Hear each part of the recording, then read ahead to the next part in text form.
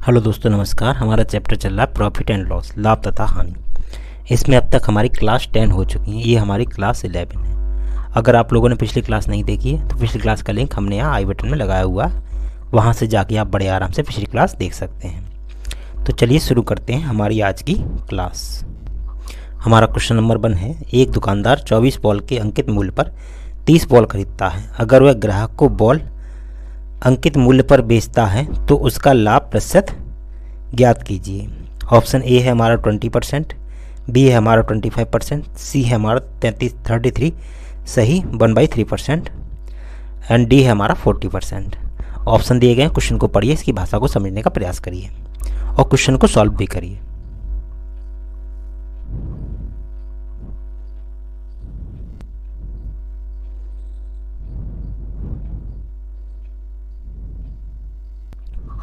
देखिए, क्वेश्चन हमसे कह रहा है एक दुकानदार 24 बॉल के अंकित बॉल पर 30 बॉल खरीदता है। यानी 30 बॉल किससे खरीदता है? वो थोक विक्रेता से खरीदता है ताकि वो उनको सेल कर सके, मार्केट में बेच सके। तो क्या करता है, अगर वह ग्राहक को बॉल अंकित मूल्य पर बेचता है तो इसका लाभ प्रतिशत ज्ञात कीजिए। तो वो 24 बॉल खरीदने जाता है। कहाँ जाता है? जो थोक की दुकानें होती हैं वहाँ, होलसेलर उनके पास। तो हमें क्या करना पड़ेगा, वो गया वहाँ पे 24 बॉल लेने, ठीक है, और लेके कितनी आया वो 30 बॉल लेके आया। वो 24 बॉल लेने गया था और 30 बॉल लेके आया। 24 बॉल के अंकित मूल्य पे वो 30 बॉल ले आया, ठीक है। तो हम क्या करते हैं, मान लेते हैं एक बॉल का एमपी बराबर कितना, 10 रुपये, ठीक। तो 30 बॉल का एमपी कितना हो जाएगा हमारा, 300 रुपये, ठीक है। 30 बॉल का एमपी कितना हो जाएगा हमारा, 300 रुपये। और 24 बॉल का एमपी कितना हो जाएगा हमारा, 24 बॉल का एमपी बराबर कितना हो जाएगा, 240 रुपये, ठीक। इतनी बात किसी को समझ में नहीं आई? समझ में ऐसा इतनी बात सबको समझ में आ गई हुई, ठीक है। नहीं समझ में आई तो एक बार इसको देखिए। हमने कुछ नहीं किया, एक बॉल का एमपी बराबर 10 रुपये मान लिया, तो सभी बॉलों का एमपी हमने निकाल दिया, ठीक है। 30 बॉल का एमपी आ गया हमारा 300 रुपये, 24 बॉल का एमपी आ गया हमारा 240 रुपये, ठीक। अब आगे पढ़ते हैं क्या होता है।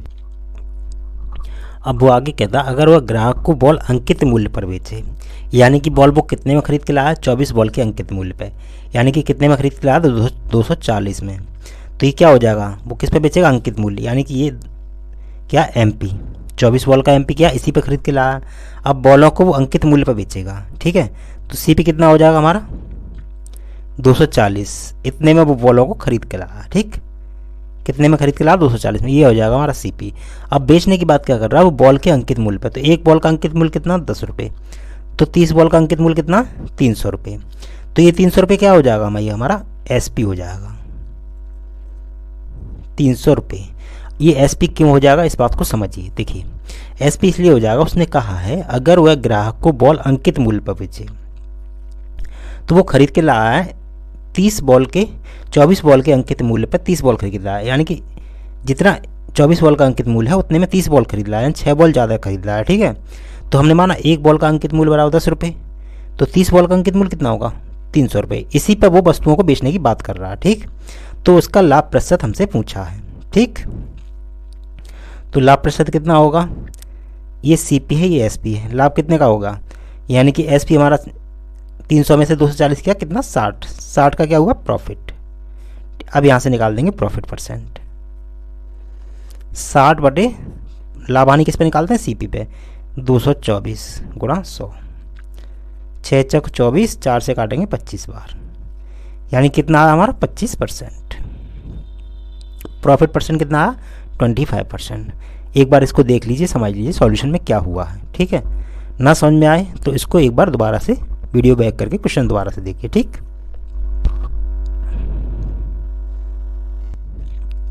नेक्स्ट है हमारा, एक खेल का सामान बेचने वाला 45 बल्लों के अंकित मूल्य पर 60 बल्ले खरीद कर लाता है और ग्राहक को अंकित मूल्य पर बेचता है। विक्रेता का लाभ प्रतिशत ज्ञात करें। ऑप्शन ए है हमारा 20%, बी 25%, सी 30% और डी 40%। क्वेश्चन को समझिए और इसको करने का प्रयास करिए।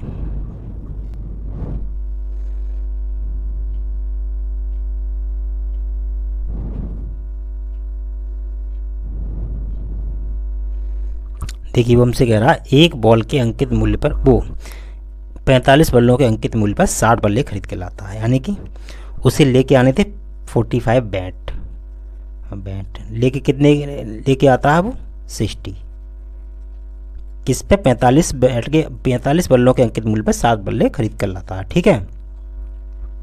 और ग्राहक को अंकित मूल्य पर बेचता है तो विक्रेता का लाभ प्रतिशत ज्ञात कीजिए। पिछले वाले क्वेश्चन की तरह सेम, कुछ नहीं है।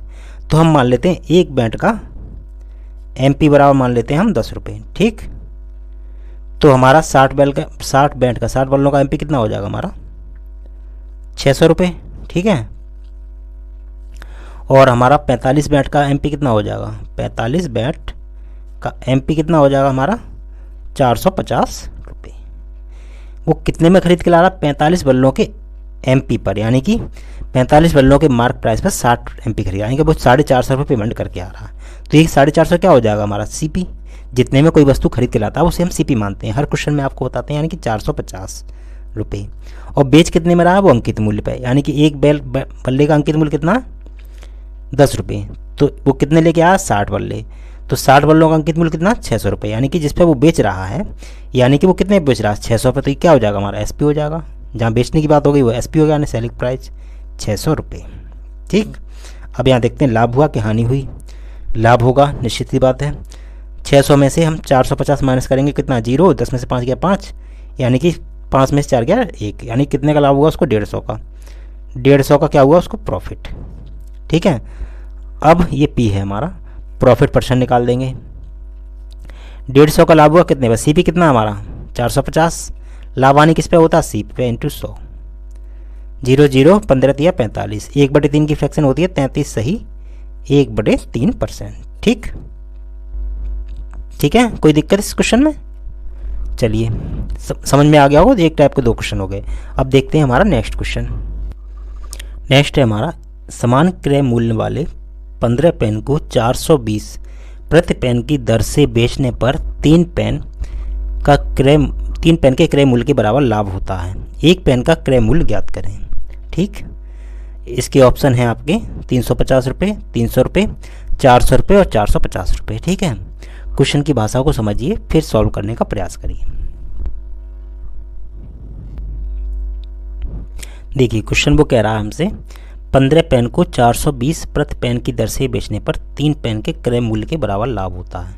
अगर क्वेश्चन में दिया होता उसे 10% लाभ होता है, तो 10% की फ्रैक्शन होती है 1/10, तो इसे हम CP मानते थे, ठीक है। ये ट्रिक है, समझ लीजिए। और इसे हम मानते थे प्रॉफिट। हर क्वेश्चन में हम ये कर रहे थे, इसी तरह से इस क्वेश्चन को करेंगे, बहुत आसान हो जाएगा, ठीक है। तो वो 15 पेन को 420 प्रति पेन की दर से बेचने पर, 15 पेन है उसके पास, तो इसको नीचे लिखते हैं 15 को, ठीक है। समझ लीजिए उसे कितने पेन के बराबर लाभ होता है, 3 पेन के बराबर लाभ, यानी कि प्रॉफिट। यहाँ भी प्रॉफिट ऊपर लिखा है, यहाँ भी प्रॉफिट ऊपर लिखा है, इसे मानेंगे CP, ठीक है। बस यहीं से ये ट्रिक, इससे संबंधित रिलेट कर रही है ट्रिक, समझ जाइए। अगर ऐसा क्वेश्चन मिले तो ऐसे लिख दीजिए, ठीक है। तो ये हो गया हमारा CP, ये हो गया हमारा प्रॉफिट। तो SP बराबर क्या होगा हमारा, SP बराबर होता है CP प्लस प्रॉफिट। CP कितना 15 और प्रॉफिट कितना हमारा 3, या फिर इसे काट लीजिए, सही रहेगा 3 5 15, काट भी सकते हैं क्योंकि हमने ध्यान नहीं दिया, कट रहा था 5। तो हमारा प्रॉफिट कितना है, CP कितना हमारा 5 और प्रॉफिट कितना यहाँ बचा 1, 5 + 1, तो SP कितना आ गया हमारा 6 यूनिट। तो वो कितने में बेच रहा है 420 रुपये प्रति पेन की दर से। हमारा CP कितना है, हमारा SP है 6 यूनिट, उनका कितना 420, तो इसे काटेंगे 6 से, तो 1 यूनिट बराबर कितना आ जाएगा, 6 से कितनी बार करें, 6 7 42, ठीक है, 70 बार। 1 यूनिट बराबर कितना आ गया हमारा 70 रुपये, ठीक। 1 यूनिट आ गया हमारा 70 रुपये। तो हमसे क्या पूछा, तो एक पेन का क्रय मूल्य, एक पेन का क्रय मूल्य कितना हमारा 5, तो 5 यूनिट निकाल देंगे यहाँ से। 5 यूनिट बराबर हो जाएगा 5 × 7 70 बराबर 350 रुपये, ठीक। समझ में आ गया आपको? नहीं समझ में आया तो वीडियो को बैक में करके देखिए। क्वेश्चन में कुछ नहीं था, 2 सेकंड का क्वेश्चन है मात्र, अगर प्रैक्टिस है तो, नहीं तो कोई नहीं करा सकता, ठीक है। नेक्स्ट है हमारा, एक दुकानदार एक वस्तु को 5% हानि के बदले 5% लाभ पर बेचता है, तो उसे 5 रुपये अधिक प्राप्त होते हैं, तो वस्तु का लागत मूल्य ज्ञात करें। क्वेश्चन की भाषा को समझिए और इसे सॉल्व करने का प्रयास करिए।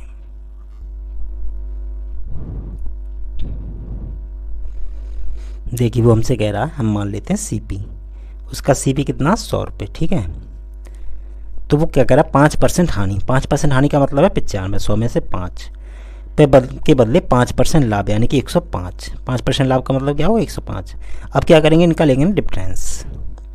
105 में से 95 घटाएंगे कितना आएगा 10। तो उसे कितने रुपये अधिक प्राप्त होते हैं 5 रुपये, यानी कि 10 यूनिट बराबर किसके बराबर है हमारा 5 रुपये के। तो यहाँ से निकालेंगे 1 यूनिट।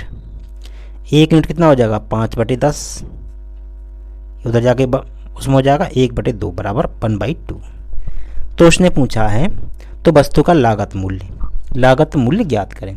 तो लागत मूल्य यानी क्रय मूल्य कितना हमारा 100 यूनिट, तो 100 यूनिट निकाल देंगे यहाँ से। तो 100 यूनिट बराबर कितना हो जाएगा 1/2 गुणा 100, 2 से काटेंगे 50 बार, बराबर कितना आ गया हमारा 50 रुपये। हो गया आंसर, कुछ नहीं था क्वेश्चन में, बस ये अलग टाइप का क्वेश्चन था, बस क्वेश्चन में कुछ नहीं था, 2 सेकंड का क्वेश्चन था मात्र। ठीक, चलिए देखते हैं हमारा नेक्स्ट क्वेश्चन। नेक्स्ट है हमारा, एक थोक विक्रेता 36 कलम के अंकित मूल्य पर 40 कलम बेचता है और फुटकर विक्रेता ग्राहक को 1% की छूट पर बेचता है, तो इसका लाभ प्रतिशत ज्ञात करें। ऑप्शन ए है हमारा 10%, बी है हमारा 11 से 1/9%, सी है हमारा 15% और डी है हमारा 20%। जैसे क्वेश्चन चल रहे हैं उसी टाइप का क्वेश्चन है, आप लोग इसे सॉल्व करने का प्रयास करिए।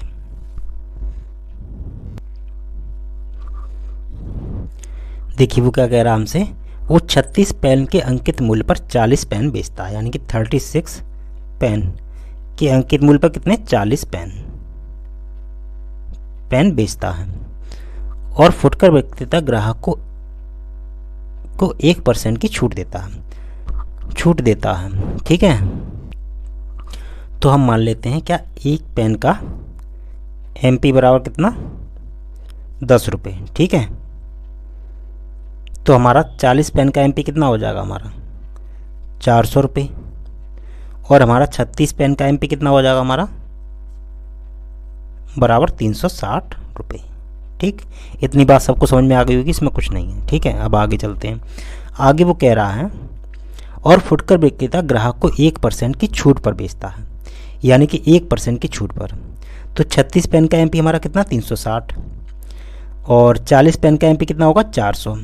तो फुटकर विक्रेता है वो 1% की छूट देगा, तो किस पे बेचेगा वो 400 में बेचेगा। अब 400 का हम 1% निकालेंगे, कितना आएगा हमारा, देखिए निकाल के देख लीजिए, 0 से 0 कटा बराबर 4। 1% की छूट देगा यानी कि इसमें से माइनस कर देगा, तो 1% की छूट देगा, 400 में से 4 माइनस करेंगे तो कितना आएगा 396 आएगा। जाहिर सी बात है, अगर आप लोग नहीं समझ रहे कि 396 आएगा घटा के देख लीजिए। तो जो माइनस करेगा वो क्या हो जाएगा हमारा SP हो जाएगा। SP कितना हो जाएगा 396। कैसे आया 400 में से इसका 1% कितना 4, वो घटा देंगे। देखिए दिखा देते हैं, कुछ लोग को नहीं समझ में आ रहा होगा 396 कैसे आएगा। 400 में से 1% ये 0 यानी कि 4, 10 में से 4 गया 6, यहाँ बचा 9, यहाँ बचा 3, 396, ठीक है। इस तरह से आया, SP हमारा 396। अब आगे क्या कह रहा है, और CP कितना था हमारा 360, कितने में खरीद के लाया था 360 में, यानी कि 36 पेन के अंकित मूल्य पर 440 पेन खरीद रहा था, यानी कि CP कितना था हमारा 360। SP 396, CP 360, तो क्या होगा प्रॉफिट होगा, यानी कि कितने का 6 9, यानी कि यहाँ पे 6 आ जाएगा, 9 में 6 गया 3, यानी कि 36 का क्या हुआ प्रॉफिट। अब यहाँ से निकालेंगे प्रॉफिट परसेंट, कितने का प्रॉफिट हुआ 36 का, कितने पर 360 पर। CP कितना हमारा 360, ये CP है 360 गुणा 100, ये 0 से 0 कटा, 36 से कटा एक बार, तो कितने का लाभ हुआ 10% का, ठीक है। क्वेश्चन समझ में आया, क्वेश्चन की भाषा को आप समझ गए तो क्वेश्चन हो जाएगा, नहीं तो नहीं होगा। ठीक, एक बार और करेंगे आप क्वेश्चन समझ में आ जाएगा, ठीक है। चलिए देखते हैं हमारा नेक्स्ट क्वेश्चन। नेक्स्ट है हमारा, एक दुकानदार 2 वस्तुओं में से पहली को 10% हानि तथा दूसरी को 15% लाभ पर बेचता है। इस प्रकार उसे कुल मिलाकर 200 रुपये का लाभ हुआ। यदि वह प्रत्येक वस्तु को समान मूल्य पर बेचता है तो दूसरी वस्तु का क्रय मूल्य ज्ञात करें। क्वेश्चन थोड़ा अलग टाइप का है, इसकी भाषा को समझिए फिर इसे सॉल्व कराते हैं, ठीक है। वो हमसे कह रहा एक दुकानदार दो वस्तुओं में से पहली को 10% हानि पाए। पहले आप लोग इसकी भाषा को समझ लीजिए, ठीक है।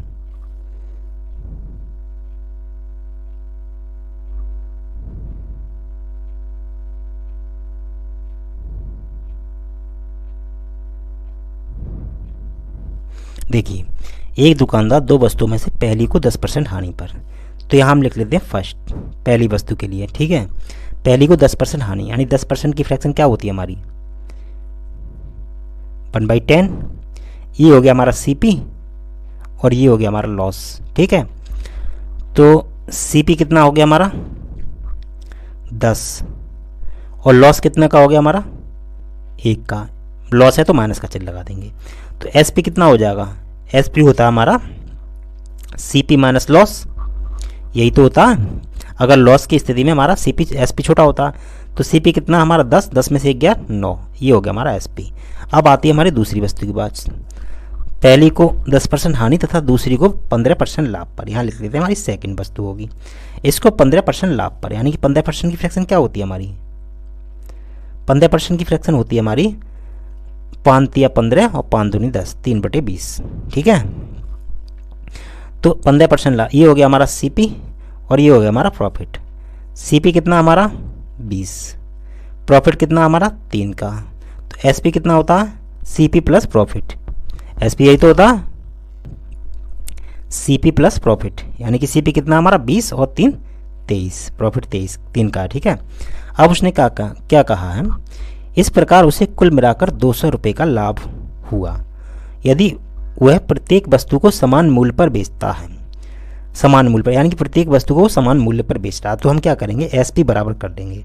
यहाँ एसपी हमारा 23 है, यहाँ 9 है, तो क्या करेंगे इसे बराबर करने के लिए इसमें 23 से गुणा कर देंगे, इसमें 9 से गुणा कर देंगे, ठीक है। हमारा एसपी बराबर हो जाएगा। देखिए गुणा करते हैं, अब हम 9 का 23 में गुणा करेंगे, 9 तिया 27 का 7, 9 दूनी 18 और 2 20, यानी कि 207। तो ये भी कितना आएगा हमारा 207। एसपी हमारा बराबर हो गया दोनों जगह। अब क्या है, अगर 23 का गुणा यहाँ किया तो यहाँ भी करना पड़ेगा, तभी तो हमारा बैलेंस होगा, अन्यथा नहीं होगा, ठीक है। और 9 का गुणा अगर यहाँ किया तो सब जगह करना पड़ेगा, इसमें भी करना पड़ेगा, इसमें भी करना पड़ेगा। तो ये कितना आ जाएगा हमारा सीपी 180 और प्रॉफिट कितना आ जाएगा 27 का, ठीक है। इसी तरह से यहाँ पे हमारा सीपी कितना आ जाएगा 230, प्रॉफिट लॉस कितने का आ जाएगा -23, ठीक। इतनी बात को समझिए, फिर आगे बढ़ते हैं। हमने क्यों किया, बैलेंस करने के लिए किया, ठीक है। अगर केवल इसमें गुणा करके छोड़ देते हमारा आंसर कभी सही नहीं आता, बैलेंस भी करना पड़ेगा, ठीक। फिर उसने कहा है इस प्रकार उसे कुल मिलाकर कितने का लाभ हुआ है 200 रुपये का लाभ हुआ है। देखिए यहाँ पे हमें कितने की हानि हुई है 23 की, तो यहाँ लिख लेते हैं। और यहाँ कितने का लाभ हुआ 27 का। ओवरऑल हमें क्या होगा, माइनस की वैल्यू छोटी है प्लस की बड़ी है, तो कितना बचेगा हमारा प्लस का 4, यानी कि ओवरऑल उसे कितने का लाभ हुआ 4 यूनिट का। तो 4 यूनिट किसके बराबर है, क्वेश्चन में कह रहा है उसे 4 का नहीं 200 का लाभ हुआ, 200 के, ठीक है। तो यहाँ से निकालेंगे हम 1 यूनिट, 4 यूनिट बराबर 200, तो 1 यूनिट बराबर कितना आ जाएगा 4 पंजे 20, 1 यूनिट बराबर कितना आ गया हमारा 50, ठीक। उसने हमसे पूछा है तो वस्तु का, तो दूसरी वस्तु का क्रय मूल्य ज्ञात करें। दूसरी वस्तु का क्रय मूल्य, यानी कि सेकंड वाली वस्तु हमारी ये है, इसका क्रय मूल्य कितना 180। तो 180, 1 यूनिट बराबर कितना हो रहा 50, तो 180 यूनिट बराबर कितना हो जाएगा 180 गुणा 50, कितना 18 पंजे कितना होता है हमारा 90, और ये 2 जीरो और, यानी कि 9000 रुपये, ठीक है, 9000 रुपीज। क्वेश्चन में कुछ नहीं था, बस आपको समझ में आना चाहिए। इसकी भाषा को पढ़िए, क्वेश्चन को दोबारा से सॉल्व करने का प्रयास करिए, ठीक है। सॉल्व हो रहा तो अच्छी बात है, नहीं तो फिर एक बार और देखिए, ठीक।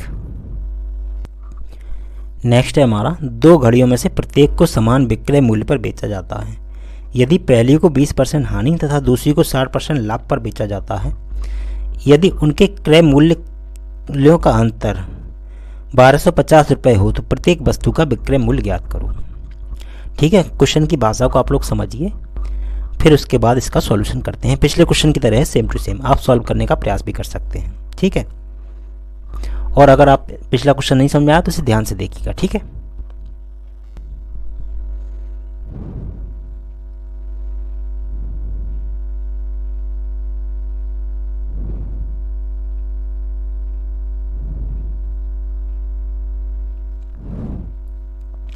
देखिए वो हमसे कह रहा है 2 घड़ियों में से प्रत्येक को समान विक्रय मूल्य पर बेचा जाता है, समान विक्रय मूल्य पर। तो हम यहाँ लिख देते हैं पहली घड़ी के लिए। पहली को क्या करता है, यदि पहली को 20% हानि पर, 20% की फ्रैक्शन क्या होती है हमारी, यानी कि 20 पंजे 100, यानी कि 1/5। ये हो गया हमारा सीपी और ये हो गया हमारा लॉस। तो सीपी कितना हमारा 5 और लॉस कितने का हुआ है -1। तो एसपी कितना हो जाएगा हमारा सीपी माइनस लॉस, यानी कि 5 में से 1 गया 4। अब बात आती है दूसरी वस्तु के बारे में क्या कंडीशन है। तथा दूसरी को 60% लाभ पर, 60% की फ्रैक्शन क्या होती है हमारी, 20% की फ्रैक्शन क्या होती है हमारी 1/5। तो 60% की फ्रैक्शन क्या हो जाएगी 3/5। ऐसे निकाल लीजिए, 3 से गुणा कर देंगे, या ऐसे निकाल लीजिए 60, 2 तिया 6 और 2 पंजे 10, 3/5। 60/100 कितना होगा 2 तिया 6 2 पंजे 10। ये हो गया हमारा सीपी और ये हो गया हमारा प्रॉफिट। ठीक है, 60% लाभ पर। तो सीपी कितना हमारा 5, प्रॉफिट कितना 3। तो एसपी क्या होता है सीपी प्लस प्रॉफिट, सीपी कितना 5 और 3 8। ठीक है, अब आगे क्या करना है समझिए। 2 घड़ियों में से प्रत्येक को समान विक्रय मूल्य पर बेचा जाता है, समान विक्रय मूल्य, यानी कि विक्रय मूल्य समान करने की बात कर रहा है। तो समान कैसे करेंगे, यहाँ 8 है तो इसमें अगर 2 से गुणा कर दें तो ये 8 हो जाएगा। अगर 2 में गुणा इससे करेंगे तो इसमें भी करना पड़ेगा और इसमें भी करना पड़ेगा। तो ये कितना हो गया हमारा 8 और ये कितना हो गया -2 और ये हो गया हमारा 10। ठीक है, हमारा बराबर हो गया एसपी, यहाँ भी 8 हो गया, यहाँ भी 8 हो गया, सब बैलेंस है। ठीक, अब आगे चलते हैं। आगे क्या कह रहा है, तो उसे उनके क्रय मूल्यों का अंतर 1250 रुपये है। यदि उनके क्रय मूल्यों का अंतर, क्रय मूल्य क्या है यहाँ पर 10 और यहाँ पर कितना 5, इनका डिफरेंस कितना है 1250 रुपये, यानी कि 10 में से 5 गया तो कितना बचेगा 5 यूनिट। ये क्रय मूल्य 5 यूनिट, इनका डिफरेंस कितना है 1250 रुपये। तो हम यहाँ से 1 यूनिट निकालेंगे, 5 से काटेंगे तो 1 यूनिट कितना आएगा हमारा 5 दूनी 10 और 5 25, यानी कि 250 रुपये। ठीक है, अब उसने हमसे पूछा है तो प्रत्येक वस्तु का विक्रय मूल्य ज्ञात कीजिए, यानी कि दोनों का विक्रय मूल्य समान है तो प्रत्येक वस्तु का विक्रय मूल्य कितना हमारा 8 यूनिट। तो 8 यूनिट कितना हो जाएगा हमारा 250 गुणा 8, तो कितना होता 25 अट्ठे 200 और 1 0 ये वाला, यानी कि 2000 रुपये। ये हो गया हमारा आंसर, प्रत्येक वस्तु का विक्रय मूल्य। ये एक टाइप के क्वेश्चन थे जो हमने आपको कराए, ये टाइप आपको कवर हो गया होगा। अगर इस टाइप के क्वेश्चन और रह गए होंगे तो आपको कराए जाएंगे, टेंशन मत लीजिए। तो आज के लिए हम इतना ही रखते हैं। देखिए ये हमारा न्यू चैनल है, इसलिए आपको यहाँ अभी क्लासेस कम मिलेंगी। हम आपको कंप्लीट कोर्स देंगे, टेंशन ना लीजिए, कंप्लीट कोर्स होगा आपका। ठीक है, आप लोग नए हैं, पहली बार वीडियो को देख रहे हैं तो वीडियो के साथ जुड़ जाइए, चैनल को सब्सक्राइब कीजिए। ठीक है, तो इसी के साथ आज की क्लास यहीं ख़त्म करते हैं। वीडियो को अगर आपको हमारी मेहनत पसंद आ रही है तो लाइक तो कर ही सकते हैं। ठीक, इसी के साथ मिलते हैं नेक्स्ट वीडियो में, तब तक के लिए जय हिंद।